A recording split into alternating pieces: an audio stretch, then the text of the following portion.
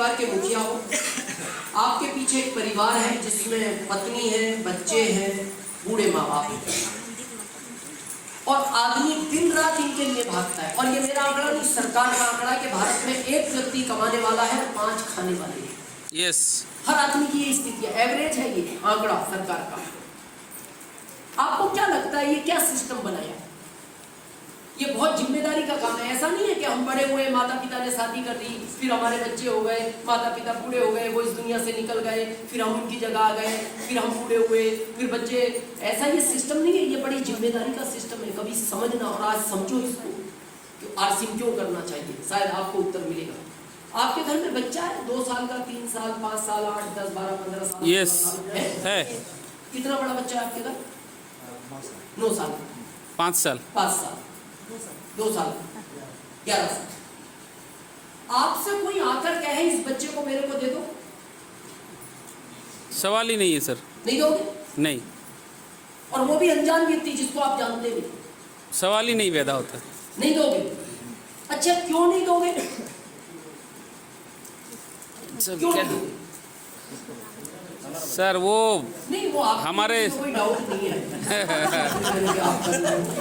उसके साथ सही है, आप क्यों करते?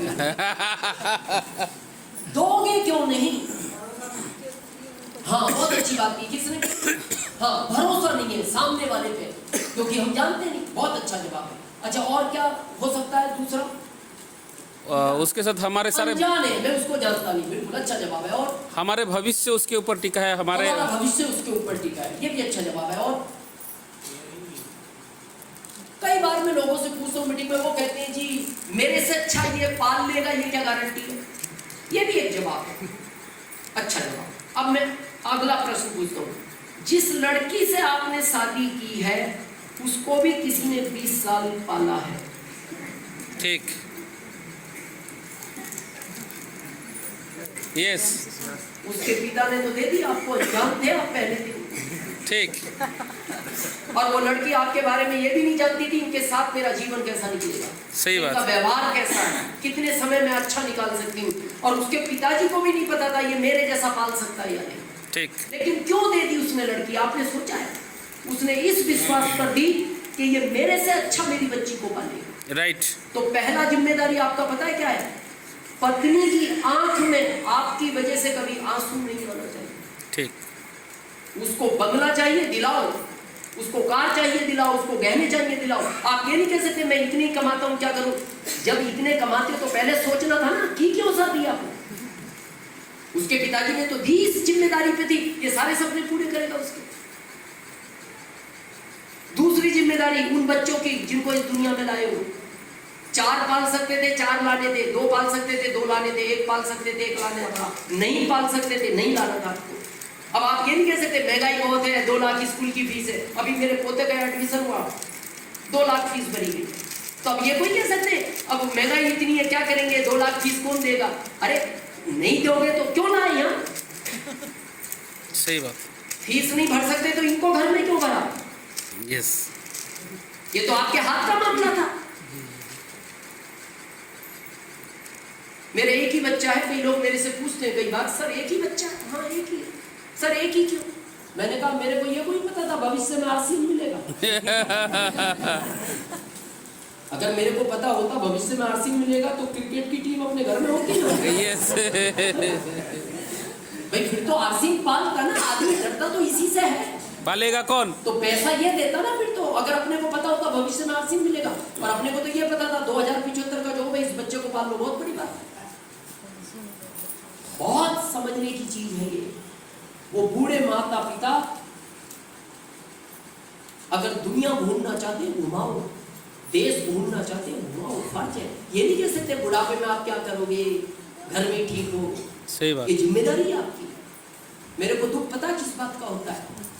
आपने देखा पहले टाइम पे कम एज में शादियां हो जाती थी, कम एज में। आपको पता है ये क्यों होती थी? ये इसलिए होती थी कि अभी ये बच्चा छोटा है, इसकी शादी कर देंगे तो इसके बच्चे जल्दी हो जाएंगे। तो जब तक इसके शरीर में ताकत है ये बच्चों को पाल लेगा, और जब ये बूढ़ा हो जाएगा तो बच्चे इसको पाल लेंगे। इसलिए कम एज में शादियां होती। आजकल तो वो फैशन बन गई। 30 साल, 35 साल, 40, मेट्रो सिटी में 50 में शादियां कर रहे हैं। अब वो 50 में शादी करता है, 52 में उसका बच्चा होता है। अब जब ये 57 का हो गया तो वो बच्चा 5 साल का होगा। अब वो 5 साल का बच्चा इसको देखता है, ये मेरे को पालेगा, ये उसको देख रहा है, ये 5 करेगा, दोनों ही कंफ्यूज हो, मेरा पालेगा कौन?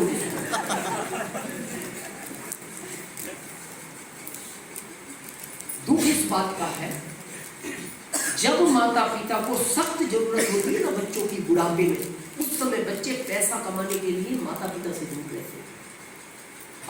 आपने सुना गुजरात में 70% लोग आउट ऑफ गुजरात के हैं, एमपी, यूपी, उड़ीसा, सबसे ज्यादा उड़ीसा के। वो माता पिता गांव में है और ये अपने पत्नी बच्चों को लेकर शहर में है, इसलिए आपको इस दुनिया में लाए थे। और गलती आपकी नहीं है, क्योंकि गांव में पैसा नहीं था, आप शहर चले गए, शहर में पैसा नहीं था, आपने राज्य बदल दिया। ऐसे कई किस्से हैं इस भारत के आखिरी टाइम पे बेटा पिता को कंधा नहीं दे पाया, जॉब के चक्कर में बाहर था, आउट ऑफ इंडिया था। क्या लगता है वो माफ कर पाएगा? मेरा आपसे एक ही कहना है, आरसीएम को सम्मान के लिए मत करना, आरसीएम को स्टेज के लिए करना मत करना, पहचान के लिए करना मत करना, पर आरसीएम को उस चीज के लिए जरूर करना कि जब बुढ़ापे में माता पिता को आपकी जरूरत हो, आप जिंदगी भर उनके साथ रहो। आपको दुख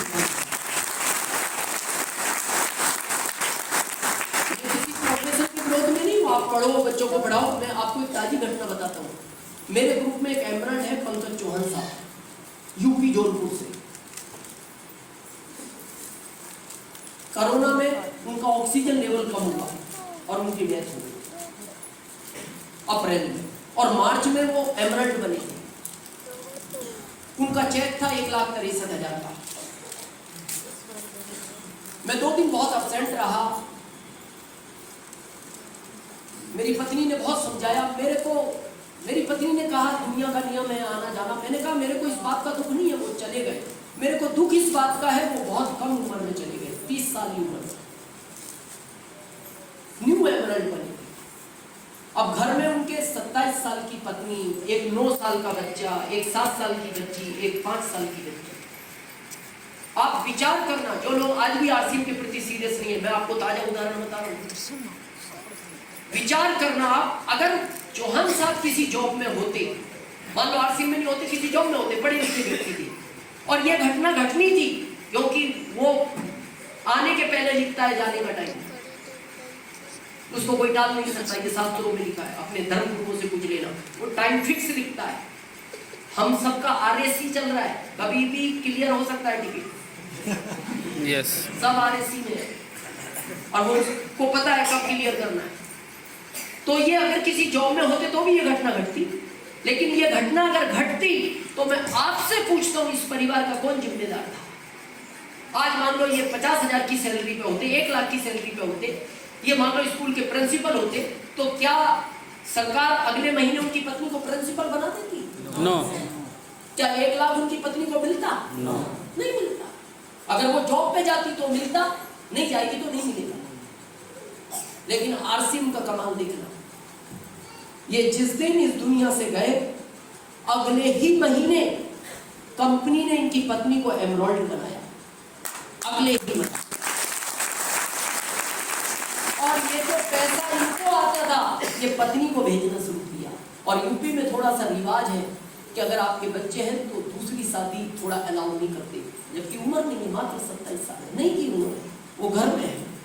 आदमी करता कि वो दूसरी शादी मजबूरी में, इस बच्चों को कौन पालेगा? लेकिन उनको पता था आरसीएम का सपोर्ट है। और ताकत देखना, जब वो थे तो 1,63,000 का चेक आता था, और आज चौहान साहब इस दुनिया में नहीं है, आरसीएम उनके घर 2.25 लाख का चेक भेजता है। यस, मैं अपनी बात खत्म कर रहा हूँ। मेरे कहने से आज घर जाना,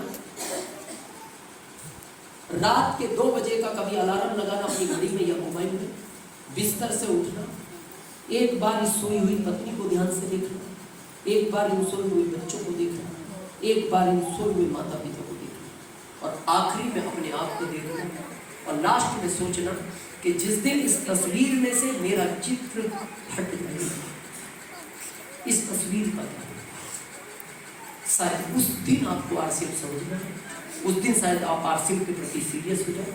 और जिस दिन आपको लगे कि मेरे बाद इस परिवार को आरसीएम की जरूरत है, आप इसको करना कभी छोड़ना मत। और आपको लगता है मेरे बाद इस परिवार को आरसीएम की जरूरत नहीं है, आप नहीं करना। आपने हम सबको सुना, इसके लिए हम आपके बहुत बहुत आभारी हैं। थैंक यू, धन्यवाद।